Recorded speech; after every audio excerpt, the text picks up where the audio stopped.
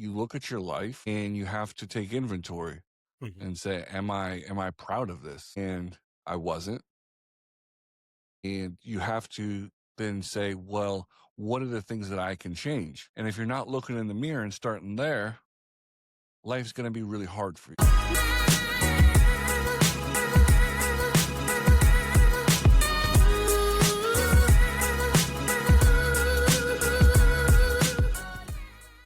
Welcome to another episode of Grab Coffee with me, where great conversations and even better coffee meet purpose, leadership, and the people making an impact in their communities. Today's episode is brought to you by Dowden Golf Solutions, transforming corporate events one golf experience at a time. I'm your host, Ian Peterson. So let's jump in. Today we're headed down to Sarasota for a conversation I've been really looking forward to. You know, my guest, Mike Tutcher, investment executive at Main Street Financial Group. And he's also involved with the Marine Corps Scholarship Foundation. We met about 7 years ago, right, Mike? Yeah. It's about 7 years ago. Thanks for joining me for a virtual cup of coffee. Do you drink coffee? Drink coffee. It's not my go-to. I'm more of like a on the road energy drink guy. Yeah, okay. I probably crush one or two of these form energies a day from first form. But yeah, I like coffee. Give me a nice iced drink. I've never been a hot drink, Okay, all right. but let's see, the iced caramel latte. Throw that extra shot in there to make it nice and strong. Yeah, I'm here Yeah, for it. you got Yeah. you. Love it, love it. So let's get into like the meat of this conversation. And as I Yeah, mentioned man. earlier, I've known you for a while. But, before, the clients, before the titles, before the markets, who was Mike Tutcher before you stepped into this financial management role? Before I even like you talking about go back in time. I'm going back in time. Way back. Well, that's different in the sense like I got into the business over 13 years ago. Hmm. So I was a Yeah, very different person then. yeah. You take it back, I was 23 years old. Hmm.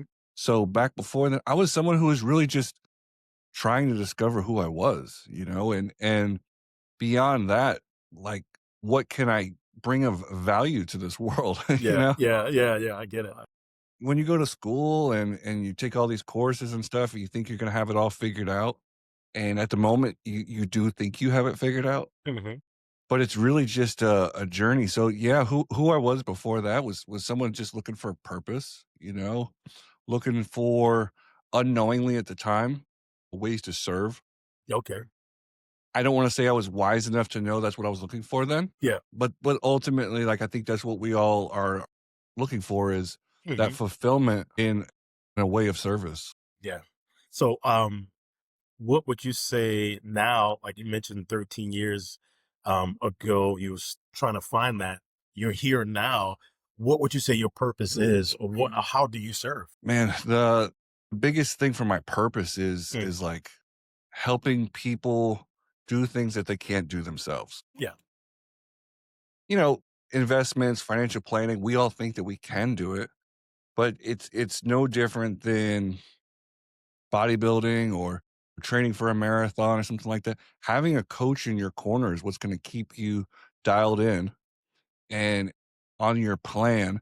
And when your emotions get involved and you start thinking you're either going to jump off a bridge or Hmm. but Hmm. you think Hmm. that you're so smart that you know everything that's going on, there has to be somebody in your corner that's going to like really keep you grounded Yeah. and sticking to a plan. So that's really what I've grown in is my conviction in that. Yeah. Yeah. It's funny because when we first met, I'm like, man, who's this big guy? Because we talked on the phone first, and I'm like, man, he's very intense. But once I got to know you, I'm like, okay, he has a soft spot, right? So one of the first challenges that you gave me was a 75 hard challenge, right? But yeah, man. And that motivation, us motivating each other, even have my daughter involved in that, and I knew you before you even had a family, right? But Yeah, significantly before. yeah, significantly before you had a family. So I've seen that change over the years, which is great, but you still have that conviction. You still have that discipline. How have you maintained that throughout all these years? The discipline aspect of it, Yeah. it's your habits. When things happen, life, having kids, business, all the different volatile uncertainties of life, It's very true. we don't rise to our motivation, Hmm. right? You want to sit around and watch David Goggins and Hmm. Tony Robbins and all these guys. Oh, I'm going to be really inspired and I'm going to make stuff happen. I'm going to be disciplined. That doesn't last very long. Yeah. So Yeah. it's going to be about your daily habits, the things that ground you as part of, who you are, and it just becomes second nature where, like, I don't even consider myself like a super disciplined person because Hmm. I compare myself to those who really are, Yeah. you Yeah. know? Yeah. Exactly. But yeah, like, you have to have your routine. You have to Hmm. have things that keep you dialed in and sharpened. Hmm. If you're just out chopping wood all day, but you don't take time to sharpen that axe every now and Yeah. then, Yeah. life's gonna get a lot harder. Exactly. And we talked about this before. You're an early riser. I'm an early riser. I've always been an early riser because in my mind, I need my entire day. All right. I need my entire day. I may take a nap if I have that opportunity to Oh, take yeah. a midday nap, but I need my entire day. And my daughter said to me the other day, she sent me a text out of nowhere. I get it. I'm like, what are you talking about? You get it. I get waking up early because she got so much done before 9 o'clock.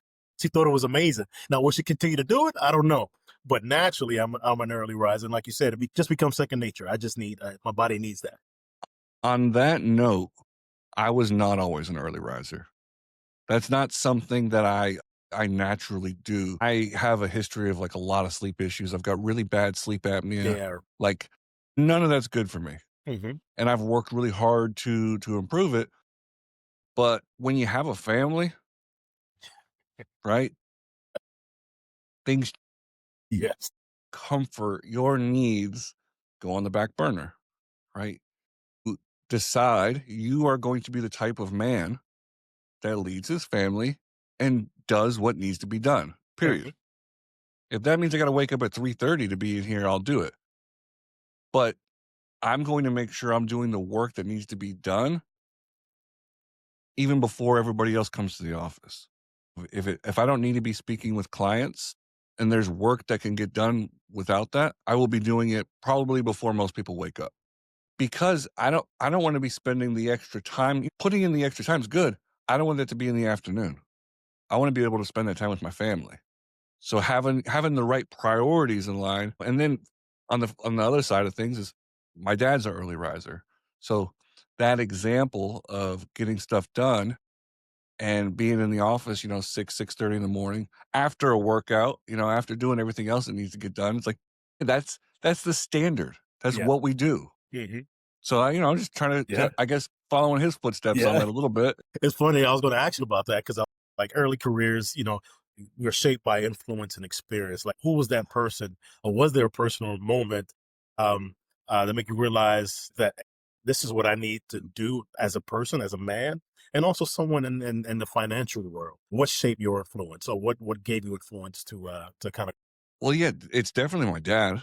Obviously, he's my partner in the firm. He's like my best friend, yeah, love that guy. and we spend a lot of time together. Yeah. So seeing that example so close of not just obviously, hey, dad does pretty well Hmm. professionally, but how you're able to use the skills that God's blessed us with to actually help people. That's pretty freaking cool. Let's not reinvent the wheel. And we have different ways that we do it to achieve the same result. Not everything he does is what I do. Hmm. Not everything I do is what he does. But because of that, neither one of us is irrelevant. Hmm. We Hmm. complement each other. So it makes us a stronger team. Hmm. And yeah, he's I don't want to gas him up too much, man. He's the one that showed me the way. Yeah, and to be candid with the audience, we've met through my business and their golf tournament, the Marine Corps Scholarship Foundation in Sarasota and Bradenton, and a lot of your clients play in that tournament. They have nothing but great things to say about you and your dad. Man, So they're what over you're here putting on a saying, show then. every year they put on a show. They love you, Yeah, and they support the cause, and they play in that golf yeah. tournament. But They do it's support the cause, and we yeah, love that about our, like, community that we have. is people stand behind, the same things that we do of, supporting our veterans, Mhm. supporting those who have served our country and trying to serve them. Mhm. I wasn't man enough, if you will, Mhm. to make that commitment and defend our country. That doesn't mean that I can't serve. Mhm.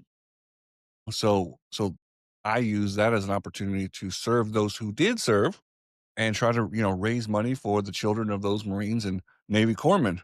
Mhm. Because I get a little fiery about it sometimes because I feel like this is what charities exist for, is Mhm. filling that gap between what should be and what we can do. Like what should happen is we we shouldn't even have to worry about the children of Marines and Navy corpsmen getting their kids' education paid for. The government should be taking care of that. And I'm not going to get political, but we need to be taking care of Americans first, and especially putting at the top of that list the Americans that serve this country. Need to be at the top of the list. So I'll leave it at that. Yeah, I gotcha. And we make And that happen. yeah, and a great event. We've been involved, what, 7 years now? Yeah. Oh, man. It's just hard to believe, one of our first clients. Yeah. And how much you guys have grown over the years too. Yeah, well, it's funny because it's hard to see. It's hard to see that. If I sit back and think about it, it's like, yeah, yeah, we have, but when I look at like you, knowing you, it's not like it's a big change in who you are. It's just who you are amplified because now you have a family. And it's like, Right. wow, Yeah. look at my boy Mike. I love Yeah, it. I bro. love it. And seeing the photos and understanding your day and taking you have it's three, right? You take them this class, it becomes your life. So it's and those who are listening, it becomes an example to them. But when we talk about going back to what you do for a living, when you talk about finances, you talk about money, you always talk about behavior, right? Along with that. But what's the biggest emotional or psychological mistake you see people make when it comes to investing? Well, first of all, just letting it play a factor, Yeah. right? Because we want to let the math talk. And everybody understands that when your emotions are calm.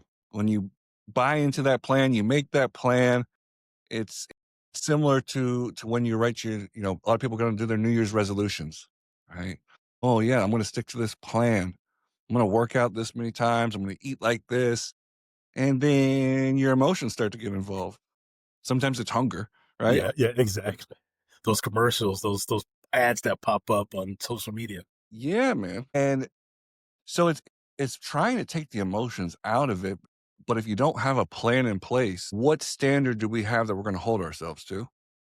And then do we have a coach with the necessary experience to keep us dialed in? Because even if you have the plan, your ability to stay true to it is kind of just dependent on you. And yes, that's what we all want to aspire to be able to do and have a high level of discipline and integrity. But just like with the diet, we wander, bro. So it's taking emotions out of it, but you have to have somebody else, not trying to bump up people like myself who do this professionally, because even we are human. So it's about recognizing that you can't do it all. Yeah. You're not so scared and helpless when the market's going crazy, and you're not so invincible and undefeated when you're doing well.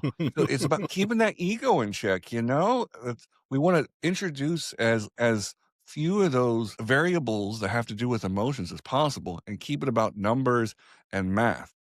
So that yeah, that's So what I see a lot of, man. It's a lot. you take your own advice. It's easy. It's just life, right? It's easier to say that to other people, right? It's all Mhm. about the numbers and being patient and that. And whether we're talking about the market or not, how do you maintain, especially being a family man now, that patience? Patience is tough, bro. Like I'm much better at it as an investor than I am personally. I practice what Andy Frisella calls aggressive patience, where you know that the things that are worth it are going to take a lot of time. It's not sexy, it's not exciting, but to get to where you want to go is probably going to take 10 to 15, 20 years if you have big enough goals. If you don't have big enough goals, then that's a problem in and of itself.